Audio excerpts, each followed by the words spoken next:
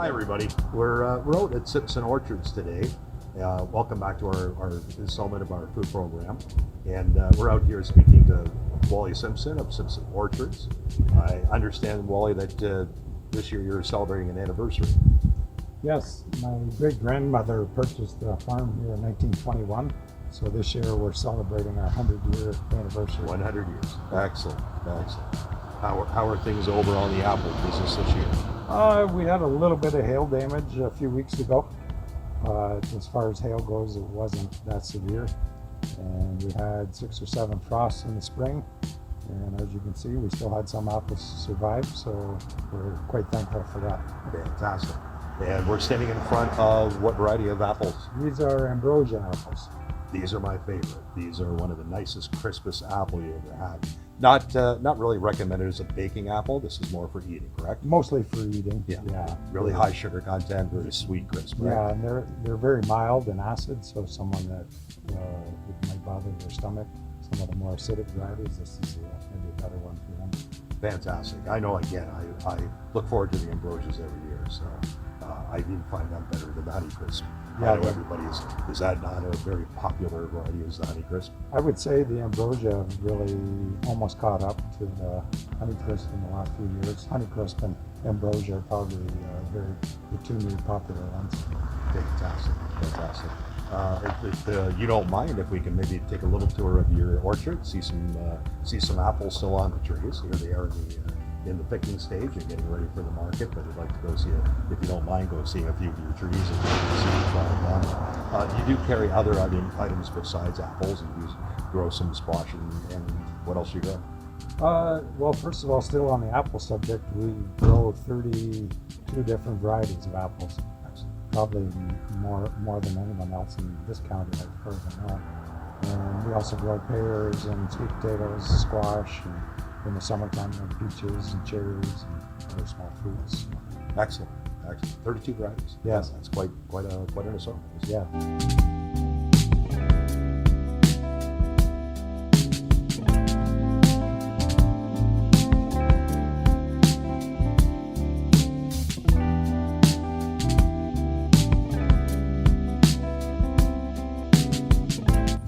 Hey Wally, we're standing in front of what variety of apple at this time?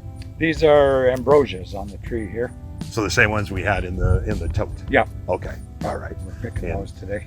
These will be picked in the next day or two. Yeah. Excellent. Excellent. For here, this is called part of what we call mating disruption.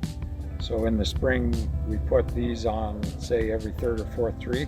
Okay. And what this little twist tie does is it emits pheromone mimics the female bug, and then when the male bugs come into the orchard, they can only smell it everywhere and they can't find the females. So that cuts down on your... And that way they won't mate, and then that way they won't make worms in the apples. Okay. And that can save us sprays. We don't have to spray just by simply doing that. Excellent, excellent. So again, it's not a non-chemical way of keeping bugs out of the orchard. Yeah, it's not toxic. It's just using the pheromones from the bugs. Just confusing them, which is great. Yes, yeah, that's a good way to put it. It confuses them. So. Fantastic, fantastic. We're standing in front of some of the pear trees. Unfortunately, we're out here a little bit later than the season. Unfortunately, most of the trees have already been picked, but we can talk about the pear trees a little bit. What variety do we have here, Wally? These are Bosque here in this row, the brown pears. And earlier we had the Bartletts. Pear season are shorter than apples, so we started the Bartletts around the 20th of August, and then the Bosque, we picked those in September. They were picked probably about 3 weeks ago. About 3 weeks ago. Now, some of those will go into storage. You'll store those for a little bit. Yeah, the Bartletts don't last as long, but the Bosque are a good winter pear, and we'll keep them in storage till we sell them. Till you sell them, and usually they can still last right up till close to Christmas. Yep. Sometimes in the long-term storage, we've had them up till say March. Oh, excellent. Okay. We're standing in front of some of the peach trees. What variety is this, Wally? These are Harrow Diamond. That's the first variety that we have. We start picking those about the 20th of July. And they're what we call clingstone. They're not freestone where the flesh comes off the pit. Okay. And how many varieties do you actually grow? We probably have about 8 or so of the peach variety. Eight different varieties. Yeah. Unfortunately, we're not here in time to see the peaches still on the trees, but from past experience, I can tell you some of the best peaches I've ever had came from Wally. So anytime you ever see a Simpson Orchard peach, please give it a try. You won't regret it.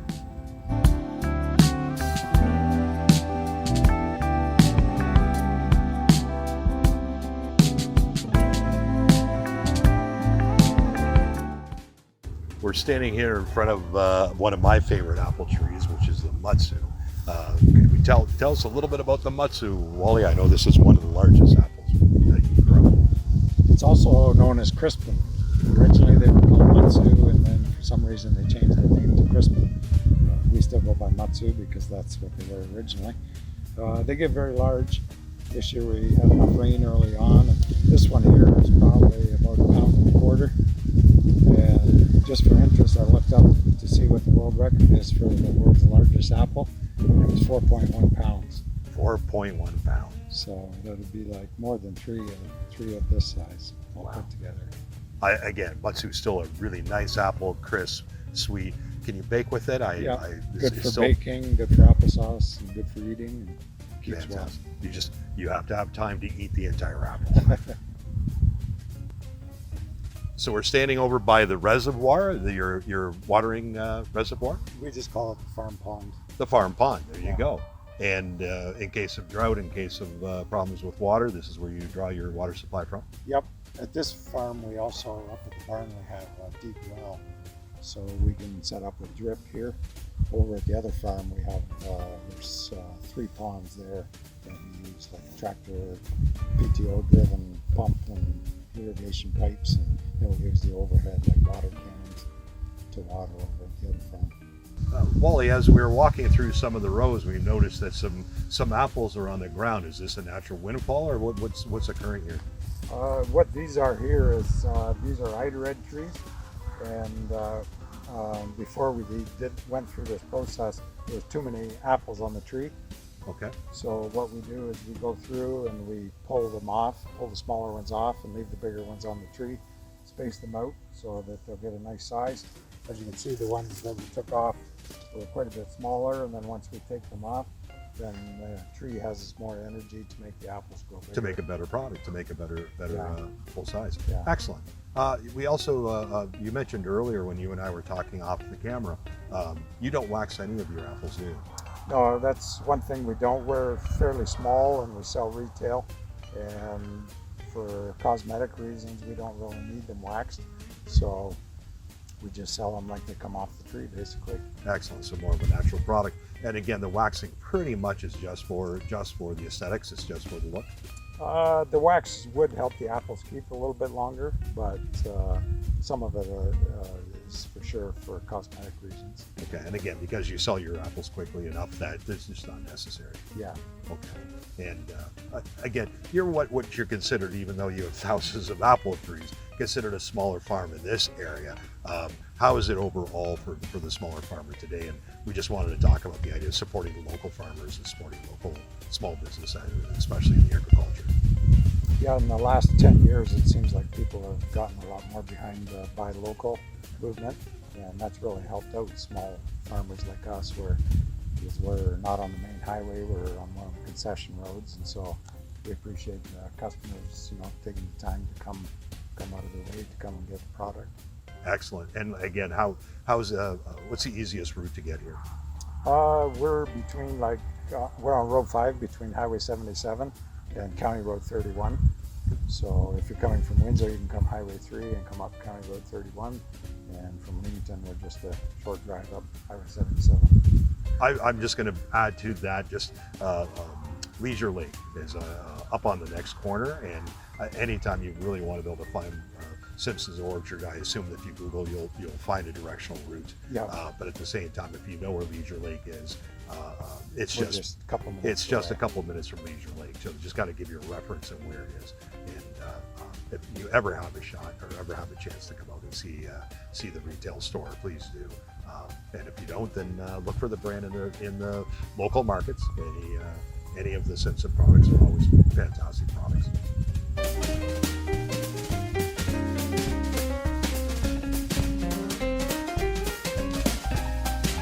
Okay, well, we're just finishing up at Simpson Orchards. We came out and visited with Wally Simpson, and he was very nice to show us around his farm, show us the different varieties that he has of apples.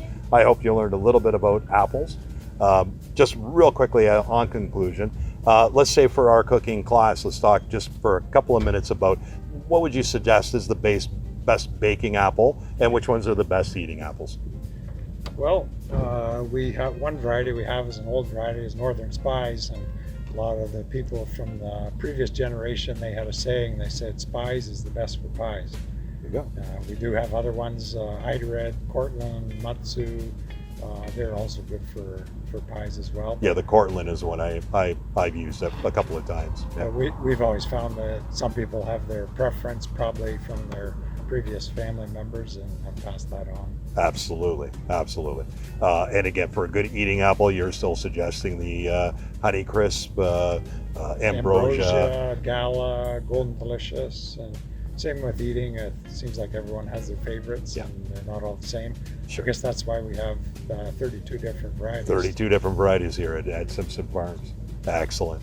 Really appreciate your time, Wally. Appreciate you letting us to come out and see you. Well, So glad to have you. if you ever get a chance, come on out and see Wally. Come out and see the farm. Again, they have a beautiful shop here that you can shop in. They're not a pick your own situation. They take care of it. And that way there you get a good product that you can take home, and come see them at any time. Thanks, guys. We'll see you in the next installment. Bye for now.